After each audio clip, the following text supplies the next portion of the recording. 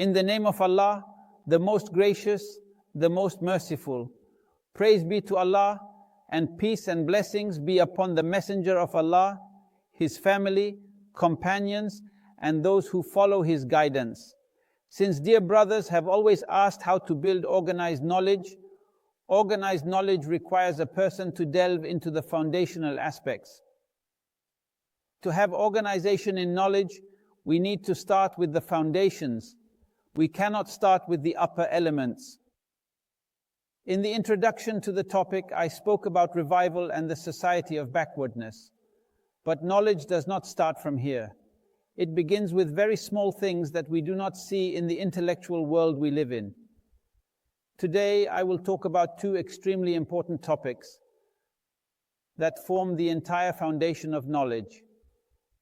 If someone is a reader and interested, they will know that we are discussing the roots of the theory of knowledge. I will talk about existence and the mind and their relationship in 7 stations. So, bear with us as we embark on this journey through 7 stations, discussing each station in a specific manner. I will imagine the first discussion that could take place between 2 people on the first main issue. Suppose one person asks the other, is there existence outside the mind? I mean, as humans, today, how do we recognize this external world that surrounds us? We do not recognize it directly. It is theoretically assumed that there are images coming from the outside in the form of vibrations, whether they are sound waves or other waves. These are received by our bodily senses. Sight receives light, sound reaches the ears, touch is felt by the hands, and taste is perceived. So we do not connect with the external world directly. We connect through this nervous system that we have. What does the nervous system receive from the outside? It receives vibrations of things that pass through it and reach the mind, which translates them into the forms we see now. So, how do we prove that there is a real external world existing outside while we are talking about it? I mean, you all see me now, but what proves that I exist and you are not in a long dream? What happens to a person during dreams? They get upset, interact with people, laugh with others, see loved ones, and experience another world, believing it to be real. They may cry or feel joy. So what makes this world we live in different, and thus we can be sure that there is an external world? This is the first question related to the issue of the theory of knowledge, which is the relationship between the mind and the external world. Since we do not perceive the external world except through these senses, and sometimes the senses can deceive us. For instance, you might be in the desert, thirsty, and see a mirage running towards it, only to find nothing there. Thus, the senses can mislead us. We might be in a dream. What makes us certain that there is an external world existing? Suppose a conversation took place between 2 people. One person asks another if they can prove there is an external existence. The other party remained silent and did not speak. He said to him, "Here I am talking to you. I am asking you, what makes you sure that there is an external world?" The person's response would be, "How can you talk to something whose existence is in doubt? If you are not sure that there is an external world, why are you shouting at it, talking and responding? It is assumed that I do not exist, so you are speaking into a void." So, the first main issue is that although we may question external existence, in some way we interact with it as if it exists, whether we are in a dream or in reality. We treat it as something present in the film of our imagination. When we run away from something we believe to be real, we think that this existence is more solid. Therefore it says to you, "Hey, talk to me, respond to me, I asked you." This leads us to the 2 most important issues in this topic, which are knowledge. How do we recognize external existence? When we are born. From our mother's wombs, we find ourselves in the arms of our mother, and our father comes to kiss us, and our siblings come to kiss the baby. We grow up with the perception that when our mother calls us when we need milk or cleanliness, we cry so that she comes to take care of the matter. When we approach our father, we might cling to him and jump on him. We do not question external existence. This type of unreflective knowledge is called present knowledge. Thus, the first knowledge of a person is present knowledge, which is the knowledge of general existence. This means that no one teaches or debates with him in school to prove that there is general existence. He receives it directly without any kind of anxiety that afflicts a person with these questions after he grows up and matures. Why? Because present knowledge is different from acquired knowledge. Our relationship with the world when we are born is not a study relationship. For instance, when we learn to walk, we do not ask them to provide us with a walking program. Suddenly, a person may find himself at 9 months old, having crawled, suddenly standing and walking. Something happens to him in this existence, and he experiences this new existence as a moving being. This type of knowledge has given rise to a whole science called phenomenology, which fundamentally answers this very significant question. How do we prove this external existence? We prove it because this is present knowledge. If I were to shoot you, you would instinctively move your head. You wouldn't philosophically ask me if a bullet is coming towards you or if you exist. If someone hits you in the street, you would go to complain in court without asking philosophical questions. Thus, present existence is the deepest type of existence. In English, it is called immediate knowledge, the knowledge that is obtained directly by being a person present in this existence and does not require questioning. So, what is the knowledge that corresponds to it? It is acquired knowledge which we obtain through thinking when we start to ponder what this existence is and ask such questions, look and write. Thus we enter into acquired knowledge, which is mediated knowledge. It results from our beginning to connect things together. Therefore, knowledge is not direct, but rather through the medium of thought. This issue requires the brothers with us to understand well the difference between direct knowledge and acquired knowledge. You need to remember something, and when you recall in epistemology, some of you are knowledgeable and smart and will go open a book in epistemology and find a very long discussion with objections to acquired knowledge and direct knowledge. However, the basis of the topic requires you to establish in your mind what is going on in the discussions and objections that exist, which will refine your understanding. And remember from what I said at the beginning of the meeting, that philosophy is an openness to multiple answers. Therefore, do not worry that there are other opinions present, but the best answer to the topic of existence is that there is direct knowledge for humans that does not require the exercise of reason. It is knowledge that humans receive instinctively. This remains the very important first station. Of course, if we do not leave it, the program ends. If I said there is no external existence, there would be no need to continue the program at all, and the program would collapse. So why do I say that external existence is the first of the basic premises that must be acknowledged?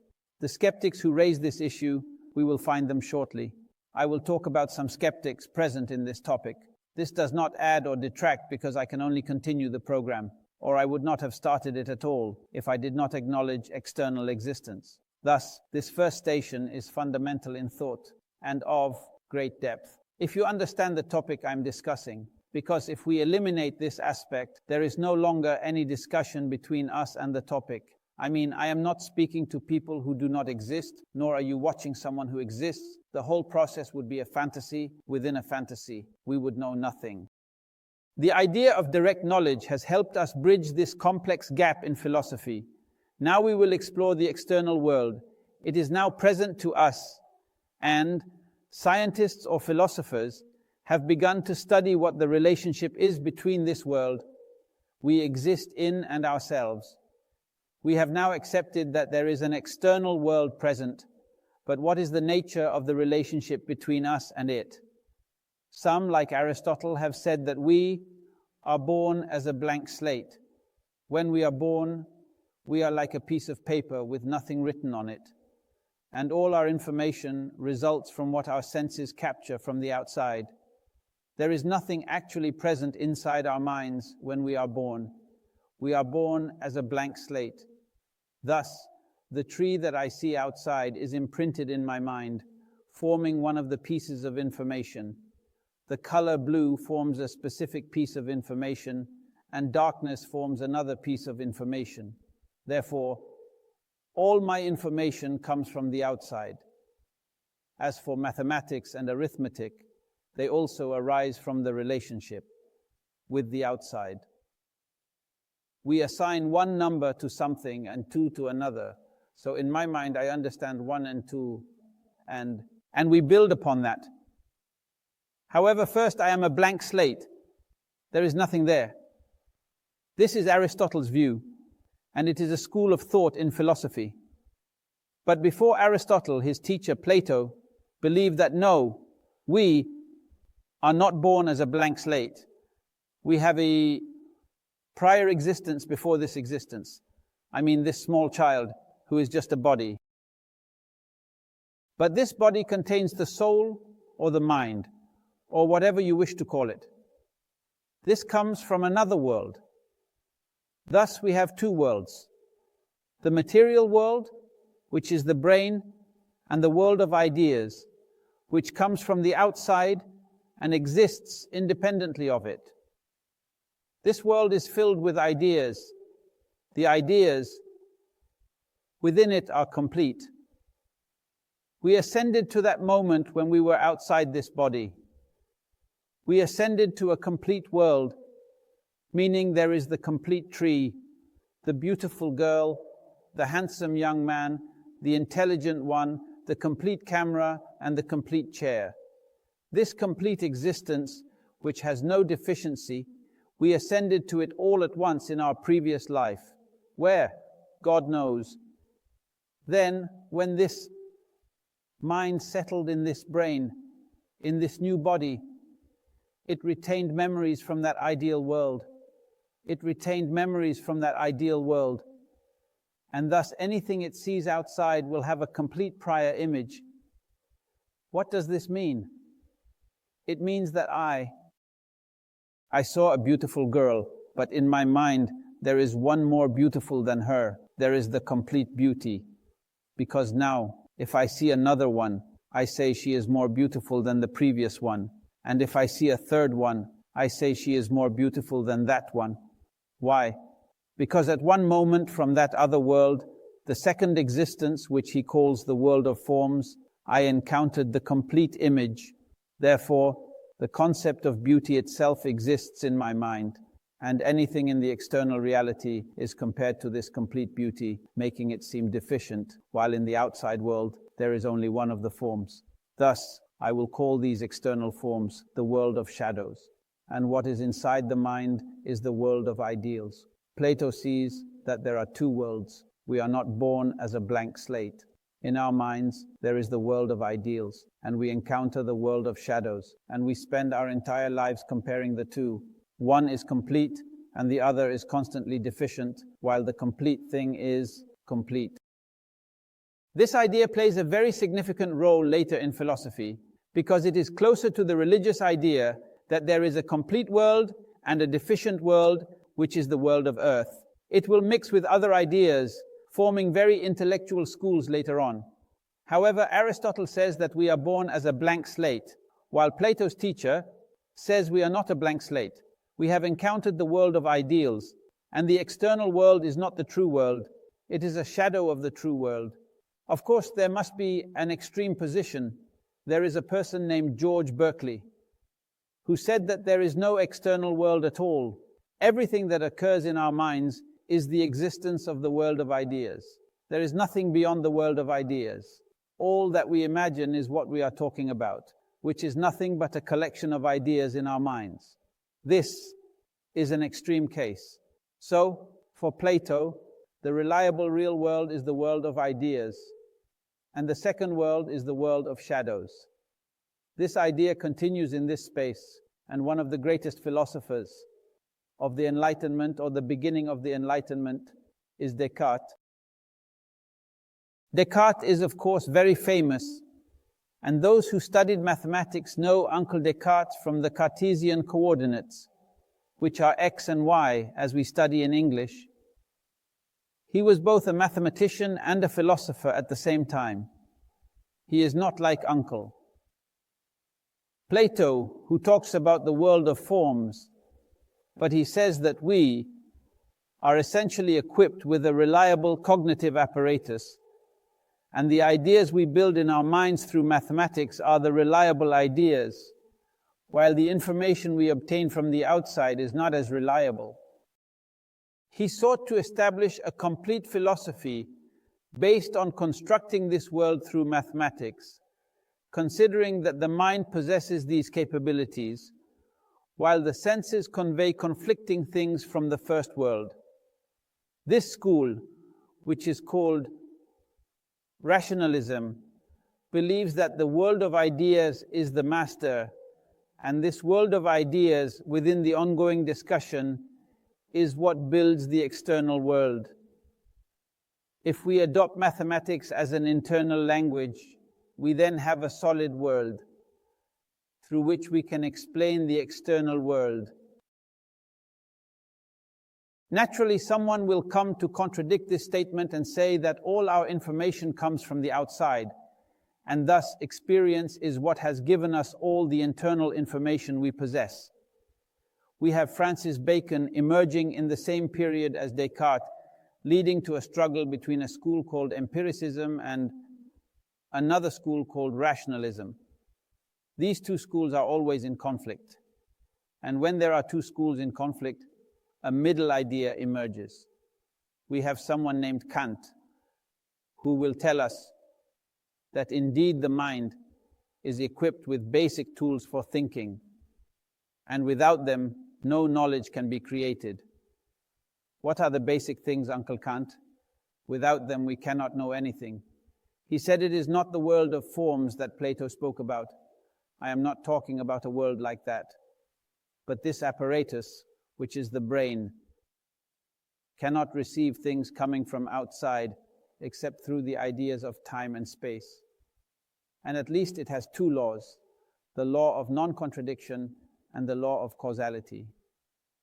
These two laws make the human mind functional, and a person is equipped with them from the moment he is born. He is endowed with the ability to perceive his mother and father in time and space. And he sees the world of causality to a certain degree and does not accept the idea of contradiction. He is equipped with these tools. So what is the role of external senses and external experience then? He said they reveal these capabilities. He is endowed with these faculties, but the external world makes these devices operate and shows their effects in reality. Therefore, a person cannot conceive of things except through space and time. I mean, if I say, what is emptiness? Emptiness seems like another place. What was before this time? As soon as I say before, we are talking about time. What comes after this time? As soon as I say after, we are talking about time. Thus, a person is constantly confined to time and space, and he perceives the world through the world of causes in some way. Thus, philosophy has reached a curve. Of 3 or 4 significant answers, the closest to the prevailing notion that we are indeed equipped with this cognitive apparatus that is governed by time and space, even though they may not have external existence. However, the mind does not receive things except through time and space, and we have at least the law of non-contradiction present in our minds, which helps us deconstruct the external world and the information we receive from it. Therefore, external experience is essential for us. It reveals the effectiveness of the apparatus, and through it, we recognize the truths of reality to some extent. This is the second station we have crossed. So, there is an existence we have traversed through what we call the presence of knowledge, and there has been a discussion about the role of the mind in the external world. We have settled on a position, though I won't say we have definitively resolved it. I will say we have chosen a stance Of course, the next person studying this may choose a different position, but I will say this to continue the dialogue in the direction humanity has taken, that humans are endowed with these three faculties and that they receive knowledge from the outside through experience. From the combination of the internal and external, the knowledge that exists is generated. What exists within us has led us to the third station, where we need some basic information. As beings with a mind, if we remove the mind from a person, then existence has no existence. The cause of all this headache we are discussing is that we have a mind that corresponds to external existence. We have the five senses through which we perceive this external existence. The first major issue that arose in the human mind is the questions related to material existence or physics. When we talk about what is called the philosophers of nature, who question or observe, as seen in Chinese films, there is much talk about earth, fire, air, and the fourth element, which we will mention a bit. These four elements that constitute existence are frequently discussed. This is the first philosophy that arose as a result of humanity's encounter with matter. What is this matter composed of? We must know that this matter is made up of earth, air, water, and fire. These are the four essential elements. This discussion has taken place in human civilization, changing this subject, which was raised about 3,000, 4,000 years before Christ, and was not settled until the 17th century with modern sciences. The universe is composed of atoms, not just these four basic elements. However, the idea of the four elements that exist is a fundamental concept in all ancient thought. So, the first encounter presented us with a very significant topic, which is physics. What is matter made of? What is this world around us composed of? Thus, we recognized the first major field in philosophy that later transformed into natural sciences, which arose from the encounter of the mind with external matter, questioning what this matter is made of. However, the human mind did not stop at merely seeking. Matter and how it is formed raised questions related to what is called the metaphysical, meaning what is beyond matter. I am sitting at the table, and you perceive this table as a rectangular object with four legs. If I knock on it, it makes a wooden sound. Its color is black, and it occupies a space in the area. You call this a table. So if we remove these attributes from it, if we remove the black color, does it still remain a table? If we change its shape and make it round, does it still remain a table? If we remove all the attributes we discussed, what remains in the end? If we continue to follow the topic and conclude that it is made up of atoms, what is the atom? We know it from its external properties, but what is it really if we remove it? This all falls under metaphysics, the questions about what lies beyond matter. What is hidden behind time?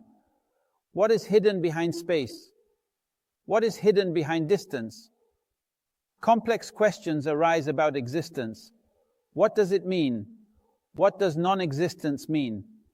This leads to a whole matter within what is called metaphysics. We have physics of matter, which raises questions about what is beyond matter, forming significant inquiries in philosophy that occupied people for long ages. Then it was natural for one to ask themselves, since I cannot reach metaphysics, I do not know the true nature of the table, even if I conclude it is made of atoms. I only know its external part, but in reality, I know nothing about it. So, how much can I know about this existence? Thus, the question of knowledge arises, and the theory of knowledge became a natural progression when we reach dead ends. We will ask ourselves as humans how much we can know. The theory of knowledge discusses the nature of knowledge. What is knowledge? What are the limits of knowledge? And what are the means of knowledge? Is a person confident in the knowledge they possess, or does their knowledge have gaps? All these fundamental questions also arose from the encounter of the human mind with this external existence. The last issue is that humans find themselves living with other people all the time.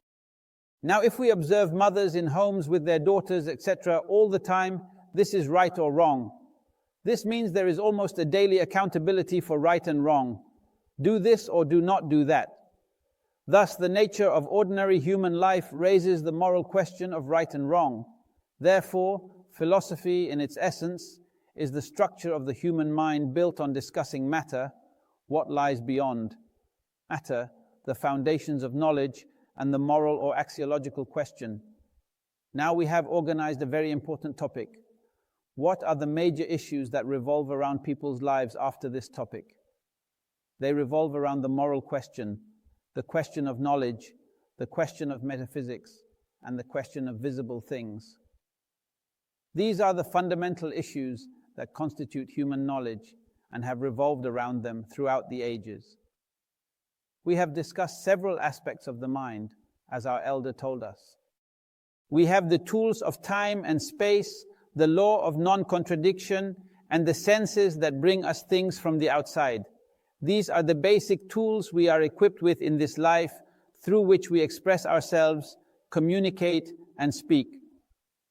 This is easy and simple and does not require extensive explanation. Now we have the fifth station, which is very important. What are the levels of knowledge?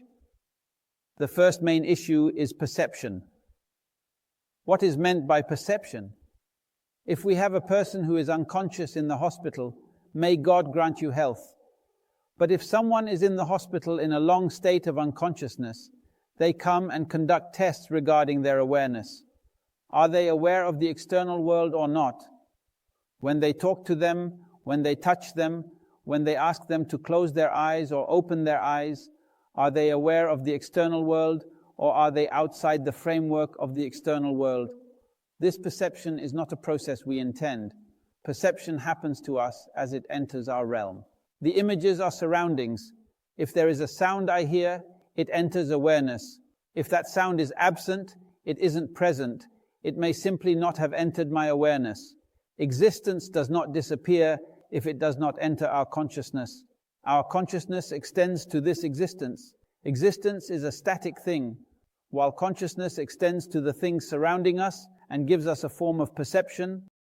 We have reached the fifth station in this topic we are discussing. We are talking about 7 stations, and this is the fifth one, the levels of knowledge. This is a very important part of what we are discussing. The first main issue is what is called awareness.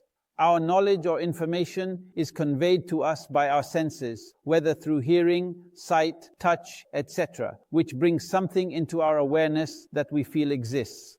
The person who is unconscious and enters the hospital does not feel what is around them. They are said to be unaware.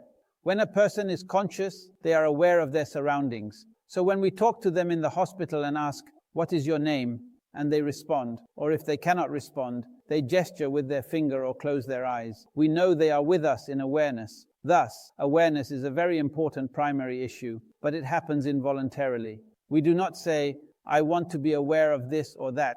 It occurs for us to have awareness. The second level we need to understand is what is called knowledge. In the theory of knowledge, after very long discussions, there are 3 major foundations. The first foundation is that if I say I have knowledge, I mean that I have a certain belief. For example, let's say I believe this course is beneficial. If I believe in this matter, I have met the first condition. I believe this course is beneficial. If I can prove this matter and demonstrate to others that it is beneficial, then we enter stage 2, and this becomes knowledge, which has 2 conditions met. So what is the third condition? It must be practically true. Thus, there are 3 conditions for what is called knowledge. It must be a belief, proven, and true in reality. If these conditions are met, they are called knowledge. Of course, there are other conditions present. Those who read about epistemology will find discussions on these issues. But these are the primary foundations.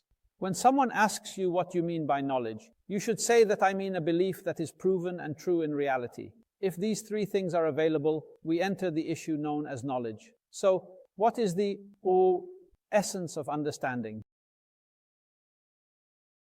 We say that understanding has three levels.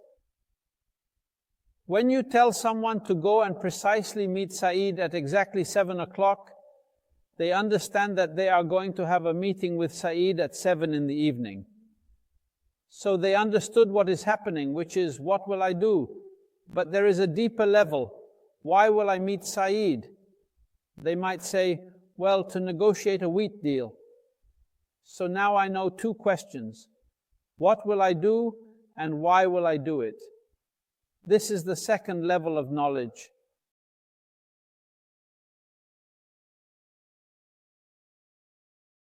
So, is there a deeper level than this?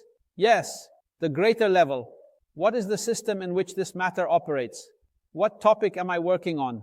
For example, if you are the head of the sales department and your job is to market wheat, then this is part of your work.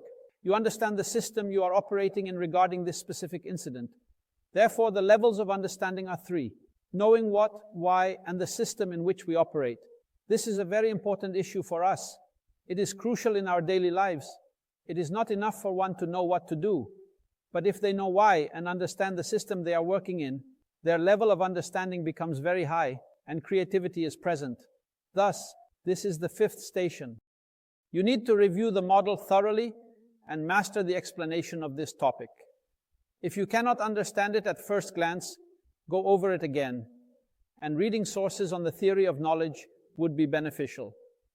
Let's move to the sixth station, where we will talk about two words that are always present in books and can be confusing: reality and truth. For instance, if someone is talking to you and says, in reality, in truth, is there a difference between the word reality and truth? That is, between what is called reality and truth. We will scientifically say that reality is the world of witnesses, the tangible world that we perceive through our senses. This is reality. For example, if I say Muhammad is in the room, and you enter and verify that Muhammad is in the room, that seems to be reality. So, what is truth? If I have the claim that Muhammad is in the room, and what I said matches the existing reality, then this is called truth. Focus with me a little. Reality is the world of witnesses. As humans, we have claims about the world of witnesses.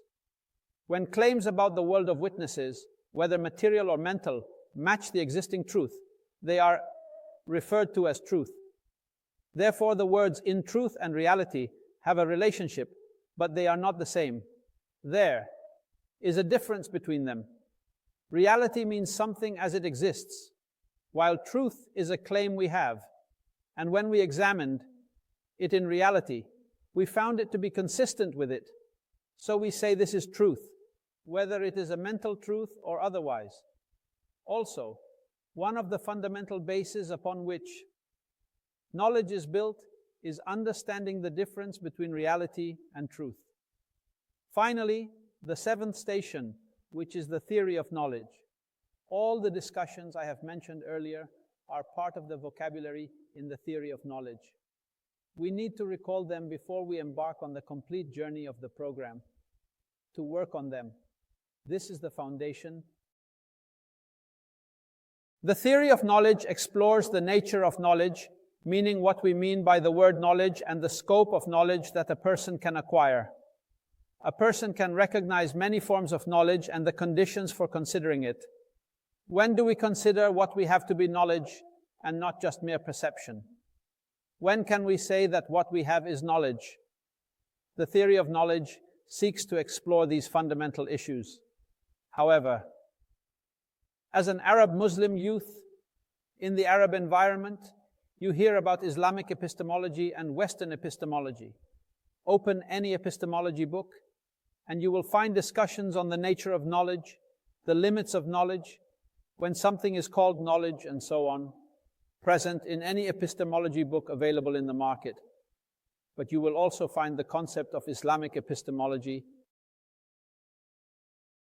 The Islamic theory of knowledge was notably discussed by a great scholar named Al-Faruqi, and it was indeed adopted by the International Institute of Islamic Thought, which had prominent scientific figures. It is essential for young men and women entering the age of culture to understand what is meant by this statement and where it originated from. May Al-Faruqi rest in peace. He lived in the United States, and from an Islamic perspective, he saw a difference between the Islamic view of life and the Western view of life. Imagine what would happen if we followed the Islamic perspective in life. Our view of sciences and our results in sciences, especially in the social and human sciences, would certainly change because our perspective on life is different. If we look at the West, it is materialistic, with a fundamental belief that life is material. Of course, they have Jesus, and they have the Father, the Son, and the Holy Spirit, but their knowledge is based on the idea that life is material. It seems there is a separation between these two levels of knowledge in the West. Life is material, while for us, there is a God and a day of judgment. Thus, this will affect our view of the humanities and social sciences. The second point is that the West, due to its materialistic view, is in a conflict between man and matter. They say that man's role is to conquer matter, while in Islam, man's role is that the universe is made subservient to him, creating a friendly relationship between him and the universe. This will certainly affect the sciences produced by the Muslim individual compared to the Western individual. The Western perspective views man as the master of the universe, where the entire universe is subject to him. In the Islamic perspective, man is a trustee of the universe. Thus, a person in Islam believes in God and a day of judgment. The universe is for him made subservient, not conquered. Man is a trustee, not a master. If Muslims were to adopt and understand this fundamental difference, the books they produce in the humanities would differ from those studied in the West. So, what is called the Islamic theory of knowledge has its origins. When the International Institute for Islamic Thought was established, it was envisioned that it would be possible to produce this distinguished book that allows us to differentiate between what Westerners say, for example, in sociology, and what a Muslim says in sociology. This idea emerged over 30 years ago. I believe it was born in the 70s, gained momentum in the 80s and 90s, and then faded a bit.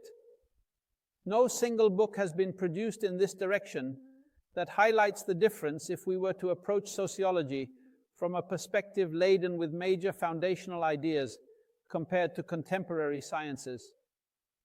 Some people still discuss this idea.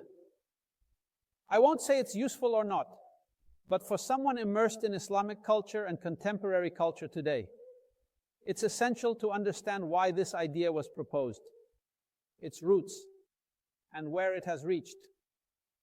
Now, if they can contribute to it in any way, that would be good and excellent for the future of human life. Thus, we have gone through 7 stations in this module that you mentioned. However, the foundation of this module is part of the theory of knowledge, specifically the relationship between the mind and external existence, how it shaped the world and the issues studied by scholars, as well as the major ideas present in the world, fundamentally stem from these grand questions surrounding the theory of knowledge. Thus, in the second module, we learned something very important about the relationship between the mind and this existence, how a set of sciences and perceptions were produced that continue to interact in our lives, whether we are Muslims or Westerners. Until we meet again, peace be upon you and God's mercy and blessing.